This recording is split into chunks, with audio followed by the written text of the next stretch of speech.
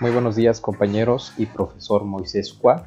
Mi nombre es Roger Adrián Kutsip, pertenezco al sexto A de Ingeniería Civil en la materia de Hidrología Superficial.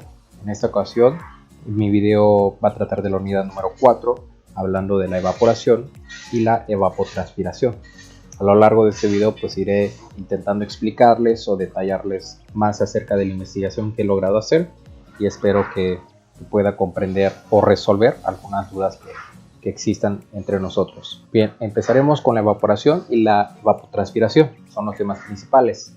La evaporación es un proceso físico que consiste en el paso lento y gradual de un estado líquido hacia un estado gaseoso, tras haber adquirido suficiente energía para vencer la tensión superficial. En hidrología, la evaporación es un proceso y una de las variables hidrológicas importantes al momento de establecer el balance hídrico de una determinada cuenca hidrográfica o parte de esta. En este caso se debe distinguir entre la evaporación de superficies libres y la evaporación desde el suelo. La evaporación de agua es importante e indispensable en la vida, ya que el vapor del agua al condensarse se transforma en nubes y vuelve en forma de lluvia, nieve, niebla o rocío. Vista como una operación unitaria, la evaporación es utilizada para eliminar el vapor formado por ebullición de una solución o suspensión líquida. Muchos hemos escuchado hablar de ambos términos, vaporización y de la ebullición, como procesos que involucran lo mismo, un líquido pasando a estado gaseoso. Aunque algunas personas piensen que el vapor es solo el agua, vamos por pasos para poder entender la vaporización y la ebullición. Ambos procesos comparten características. Son procesos físicos, no se modifica la estructura química de la sustancia. Necesitan calor y cambian el estado de un líquido a un estado gaseoso. La ebullición es cuando la temperatura de un líquido, toda la masa de este, iguala el punto de ebullición. La temperatura debe de alcanzar una molécula de un líquido para alcanzar su gasificación. Como ya hemos estado hablando antes, necesitamos conocer la presión del ambiente, ya que llega a variar con la altitud de donde se ebulle el líquido. Si se continúa calentando el líquido, este absorbe el calor, pero sin aumentar la temperatura. El calor se emplea en la conversión del agua en estado líquido en agua de estado gaseoso, hasta que la totalidad de la masa pasa al estado gaseoso. En cambio, la vaporización o evaporización sucede a cualquier temperatura y no necesita que la totalidad de la masa de agua o de líquido que estemos hablando alcance la temperatura necesaria para romper la tensión superficial de un cuerpo. ¿Cómo logra esto? Este proceso se puede lograr a una temperatura específica, o sea, un punto de ebullición o a cualquier otra. Examinemos ambos casos. Cuando es a cualquier temperatura, el líquido pasa lentamente al estado gaseoso. En este momento, solo las partículas que se encuentran en la superficie del líquido en contacto con la atmósfera se escapan de la atracción de las demás partículas mediante la energía que el ambiente le imprime. Dicho de otra forma, el contacto del líquido con el ambiente hace que se eleve la energía en algunas moléculas, con lo cual pueden romper el enlace, o sea, la tensión superficial en cuestión y desplazarse hacia la atmósfera. Gracias a este proceso se pueden formar las nubes, gotas de agua que rompieron la tensión superficial y se agruparon en la atmósfera. Las partículas de líquido que se encuentran en el interior no podrán recorrer demasiado antes de ser capturadas de nuevo por las partículas que las rodean. Esto básicamente es la explicación de que las partículas solo que se encuentran cerca de la superficie son las que logran evaporarse, mientras que las que están en el interior son atraídas por las que están en su alrededor. De ahí que cuanto mayor sea la superficie libre de líquido, tanto más rápida será su evaporización. O sea, un charquito pequeño se evapora más lento que un charco más grande. Hablando del punto de ebullición, se produce el paso del líquido a gas en todo el volumen del líquido. Entonces, el proceso se denomina ebullición. Aquí, cualquier partícula del interior o de la superficie adquiere suficiente energía para escapar de sus vecinas, haciéndolas de forma tumultuosa. La energía se le proporciona a la fuente calorífica que la ha llevado a dicha temperatura. La vaporización es un proceso muy importante en la naturaleza terrestre. Si la tensión superficial aumentara, sería más fácil para el agua volver a condensarse en forma de nubes. En cambio, si disminuyera, la cantidad de lluvias sería mucho mayor, lo cual a la larga no traería nada bueno. Como dato anecdótico, hay que decir que en los Juegos Olímpicos de Beijing bombardearon, entre comillas, a las nubes con energía para hacer que lloviera en ciudades contiguas y tener un cielo completamente despejado el día de la inauguración. Ahora que ya hablamos y entendemos las diferencias entre ebullición y vaporización, hablemos del fenómeno físico que es básicamente la explicación de esta reacción. En el fenómeno físico nos dice que el movimiento térmico de una molécula de líquido debe ser suficiente para vencer la tensión superficial y evaporar. Esto es, su energía cinética debe exceder el trabajo de cohesión aplicado por la tensión superficial a la superficie del líquido. Por eso, la evaporización acontece más rápidamente a altas temperaturas, a altos caudales entre las fases líquida, vapor y en líquidos con bajas tensiones superficiales. Esto es, con presión de vapor más elevadas. Con solamente una proporción pequeña de moléculas localizadas cerca de la superficie y moviéndose en la dirección correcta para escapar del líquido de un cierto instante, la tasa de vaporización es limitada. Además, como las moléculas de mayor energía escapan y las que queden tienen menor energía cinética media, la temperatura del líquido se reduce. Este fenómeno también es llamado de enfriamiento evaporativo. Un ejemplo para dicho fenómeno es la transpiración, o sea, el sudor que tenemos. Hablando también de la evaporización, hablemos del equilibrio evaporatorio. Si la evaporación ocurre en un recipiente cerrado, las moléculas que escapan del líquido se acumulan en forma de vapor hacia arriba del líquido. Muchas de esas moléculas regresan al estado líquido.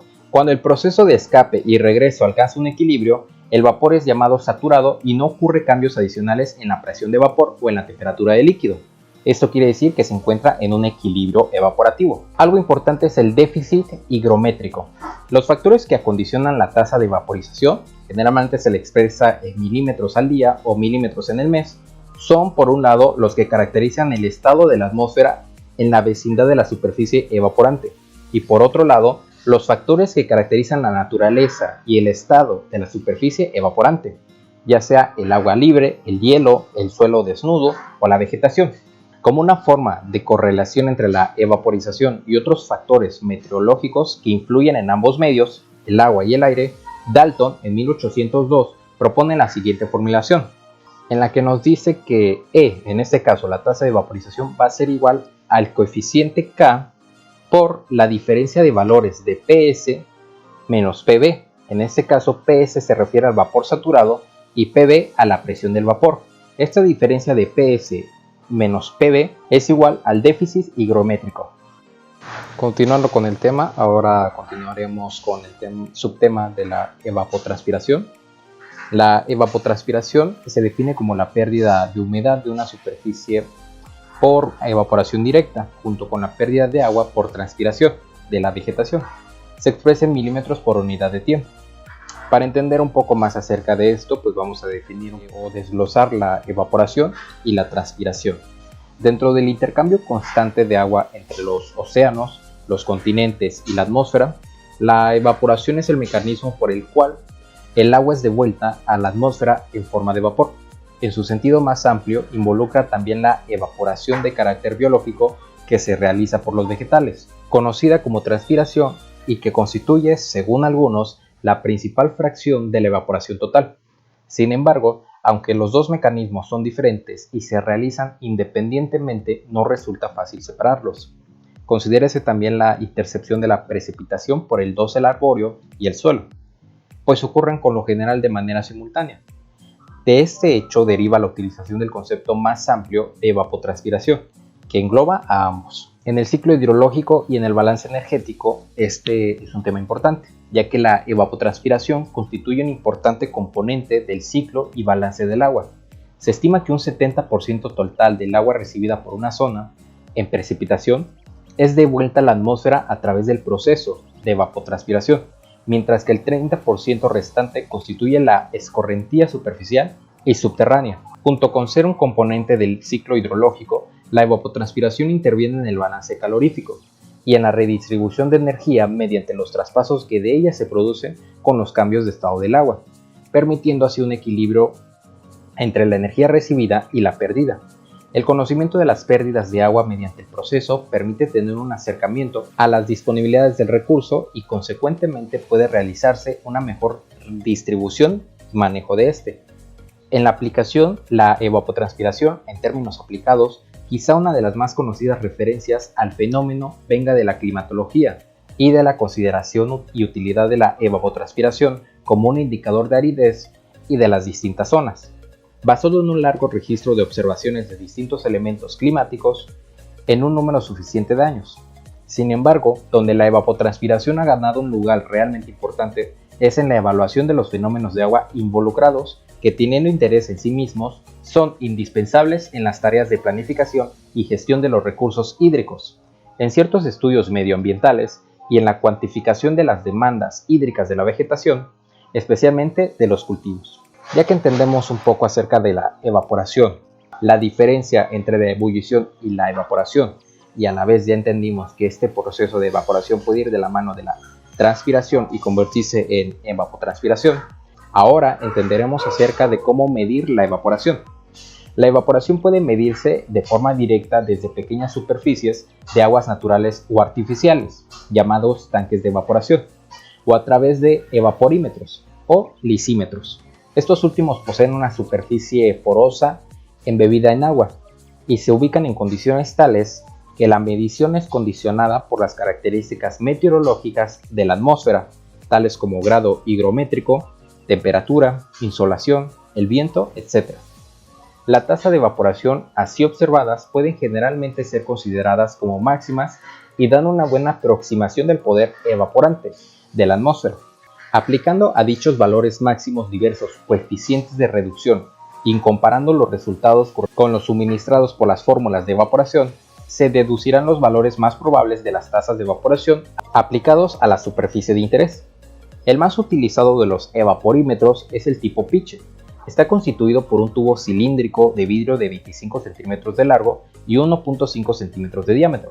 El tubo está graduado y cerrado en su parte superior, mientras que su abertura inferior está obturada por una hoja circular de papel filtro normalizado de 30 milímetros de diámetro y 0.5 milímetros de espesor, fijada por capilaridad y mantenida por un resorte.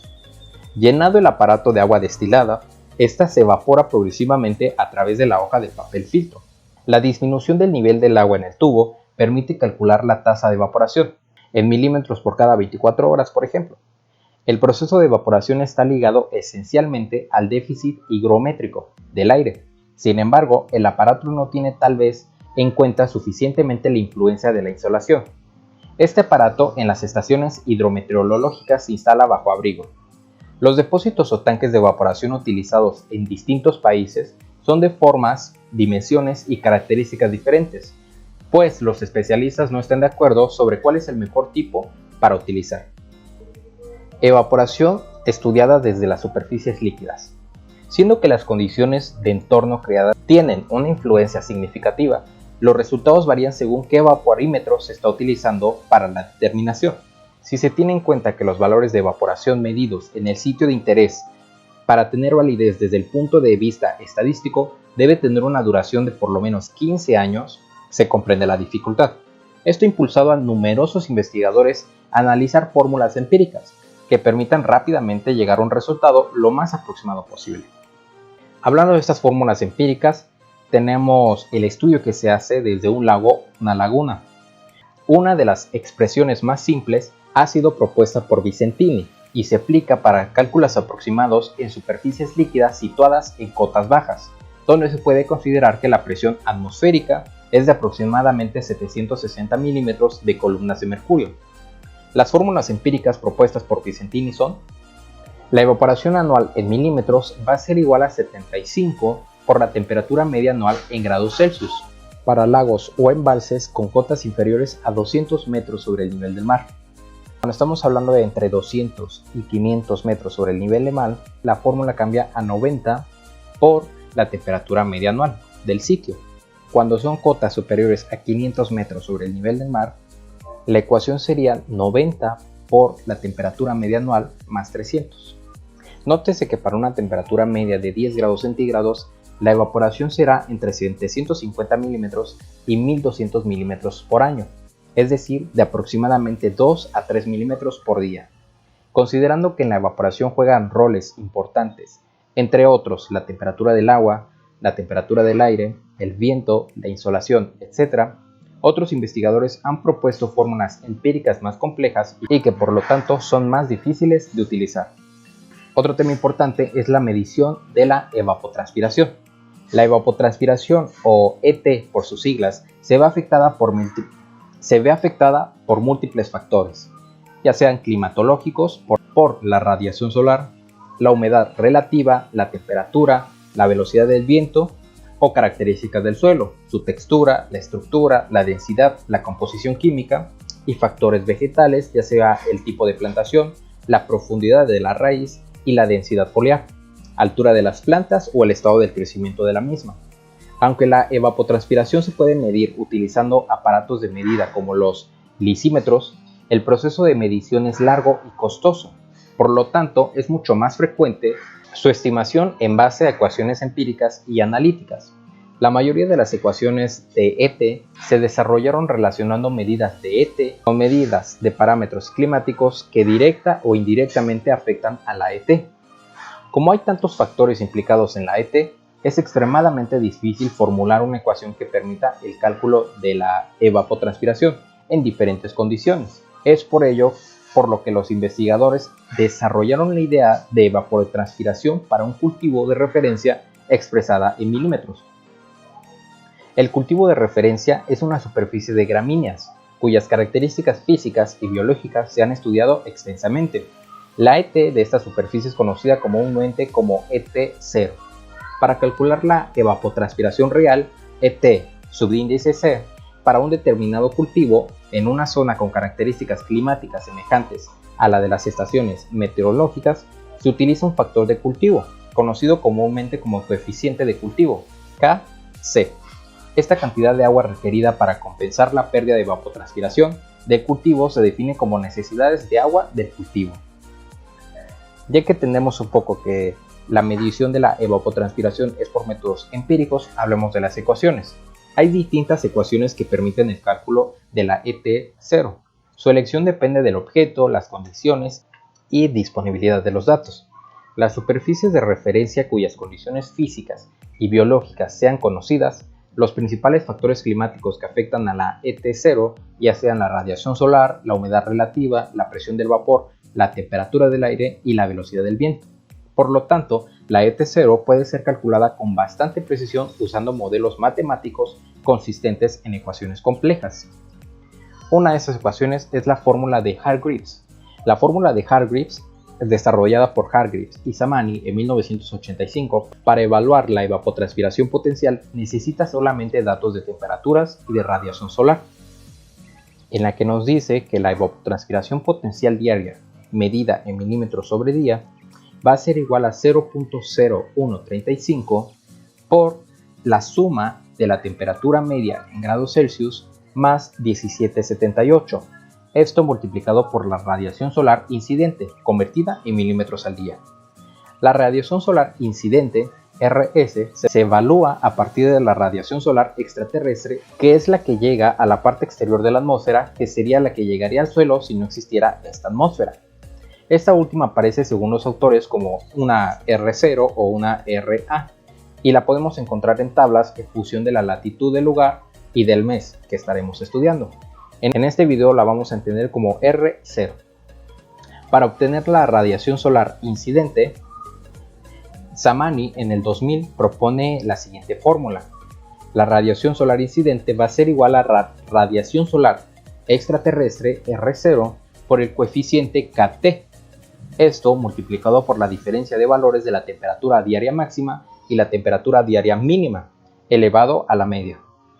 Puesto que los valores de la R0 están tabulados y las temperaturas máximas y mínimas son datos empíricos relativamente fáciles de obtener, ya que se lleva un control mensual, diario y anual en distintas unidades meteorológicas, la dificultad para aplicar esta sencilla expresión la encontramos en el coeficiente Kt. Para evaluar la radiación solar extraterrestre R0 existen varias tablas, todas ellas en función de la altitud y el mes que estemos estudiando. El coeficiente Kt de la expresión es un coeficiente empírico que se puede calcular a partir de datos de presión atmosférica, pero Hargreaves recomienda que Kt sea igual a 0.162 para regiones en el interior de la zona, o Kt sea igual a 0.19 para regiones costeras. Para entender un poco más y aplicar estas ecuaciones, vamos a hacer dos ejemplos. El primero, vamos a utilizar la ecuación número 1 y la ecuación número 2 que ya explicamos en este video. El ejemplo número 1 nos dice, calcular la ET0 diaria en Costa Rica para el mes de octubre, sabiendo que se encuentra a 10 grados de latitud norte y que las temperaturas representativas de este mes son iguales a la temperatura media es de 26.8 grados Celsius, la temperatura máxima es igual a 31.6 grados Celsius y la temperatura mínima diaria es igual a 23 grados Celsius. El primer paso que tenemos que hacer es encontrar la radiación extraterrestre o la R0. Para esto vamos a la tabla que nos da Hargreaves y esta tabla ya está hecha en milímetros sobre día y nos vamos al octubre y 10 grados de latitud norte, que su valor es igual a 14.3 milímetros al día. Tomando el valor de 0.17 para la constante Kt, el valor de R sería, despejando en la ecuación número 2, a 14.3 por 0.20 por la diferencia de las temperaturas, que es 31.6 menos 23 a la media. Esto nos da a 7.13 milímetros al día. Finalmente este resultado lo despejamos en la ecuación número 1, que nos da igual a la evapotranspiración a 0.0135 por 8.38 multiplicado por la suma de 26.8 más 17.8. Esto nos da igual a 4.29 milímetros al día. El resultado básicamente nos dice que la evapotranspiración en Costa Rica en el mes de octubre es igual a 4.29 milímetros al día.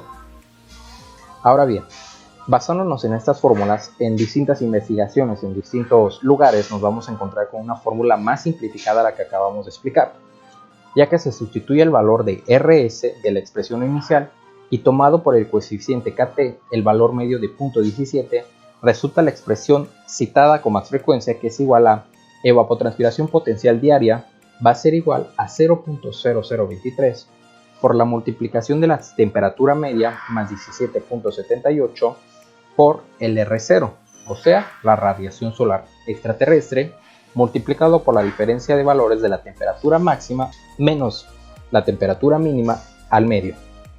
Aplicando la fórmula simplificada, tenemos otro ejemplo. El ejemplo 2 nos dice calcular la ET0 diaria en Salamanca para el día del mes de julio, sabiendo que se encuentra a 40 grados de latitud norte y que las temperaturas de ese día son igual a la temperatura media de 24.2 grados Celsius, la temperatura máxima diaria es igual a 29.8 grados Celsius y la temperatura mínima diaria es igual a 18.3 grados Celsius.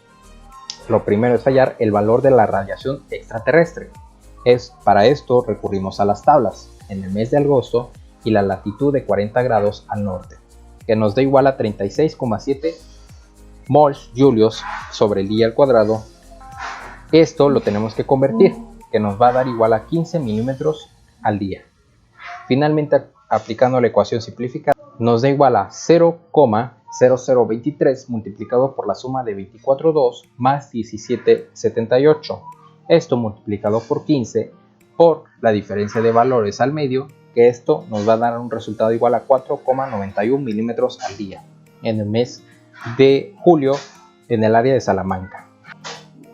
Una vez que ya entendemos más sobre la evapotranspiración y la evaporación y que su medición se puede llevar a cabo tanto por fórmulas empíricas como por la fórmula de estudio, ya sea en tanques cerrados o tanques abiertos, que son los lagos o las lagunas, vamos a hablar de un dato interesante, que es la evaporación como un mecanismo externo de pérdida de calor del cuerpo humano. Mediante la evaporación del sudor se pierden aproximadamente el 22% del calor corporal, ya que el agua tiene un elevado calor específico y para evaporarse necesita absorber el calor y lo toma del cuerpo, el cual se enfría. Una corriente de aire que reemplace el aire húmedo por el aire seco aumenta la evaporación.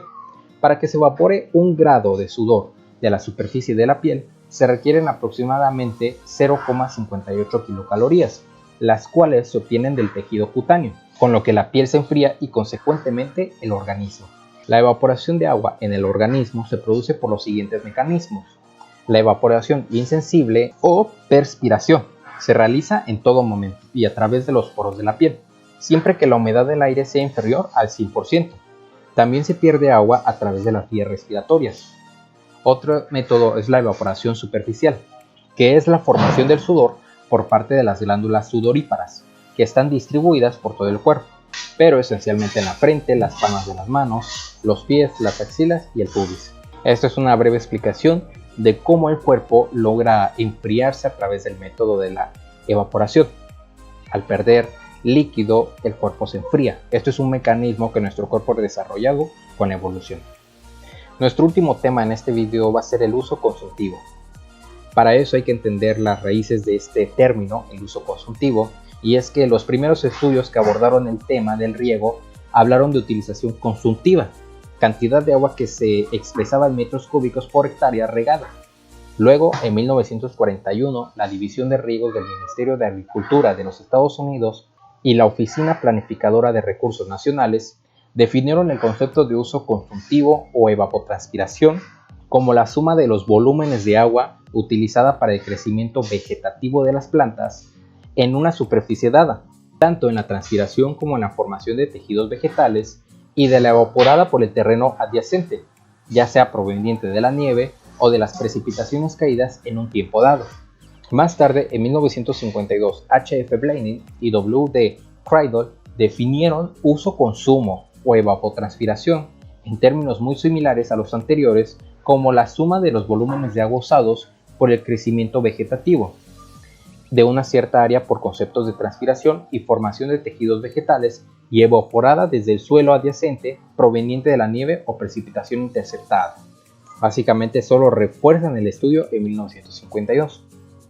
En la actualidad, en la agricultura, el uso consultivo es el agua que se evapora del suelo, el agua que transpiran las plantas y el agua que constituye el tejido de las plantas. Es la cantidad de agua que debe aplicarse a un cultivo para que económicamente sea rentable. Se expresa en milímetros al día. Como ejemplo del uso no consultivo se puede considerar la generación de energía eléctrica en las centrales hidroeléctricas. En efecto, la central hidroeléctrica para generar la energía no consume el agua, simplemente la traslada de una cota más elevada a una cota menor, transformando la energía potencial en energía cinética y esta en energía eléctrica. Bueno, hasta aquí llegamos con la explicación de la unidad 4 del tema principal, que es evaporación y evapotranspiración. Espero que haya podido aclarar algunas dudas, algunos detalles importantes sobre este tema. La verdad es que sí me llevó un poco de tiempo analizarlo, explicarlo y poder entenderlo un poco más, pero se me hace un tema muy importante para el desarrollo de la materia de la asignatura, que es hidrología superficial. Para mi conclusión viene dado que en el tema de la unidad anterior tomamos el tema de la filtración que se lleva por las áreas terrestres de la Tierra. Ahora estamos hablando de la evaporación. Siempre todo está ligado con el agua. La evaporación básicamente es pertenece al ciclo hidrológico, es por el cual el agua regresa en forma condensada al aire, a la atmósfera, y se repite el ciclo, ¿no? Entonces la evaporación es muy importante en este tema, ya que nos explica o nos da detalle que en conjunto con la transpiración constituyen el 70% del agua caída al suelo en forma de precipitación. El 70% se va en forma de evapotranspiración y el otro 30% infiltración. Esto es un poco más del desarrollo del tema que he comprendido en esta unidad. Agradezco su atención, el tiempo que hayan tomado de ver el video y dejen su like. Gracias, hasta luego.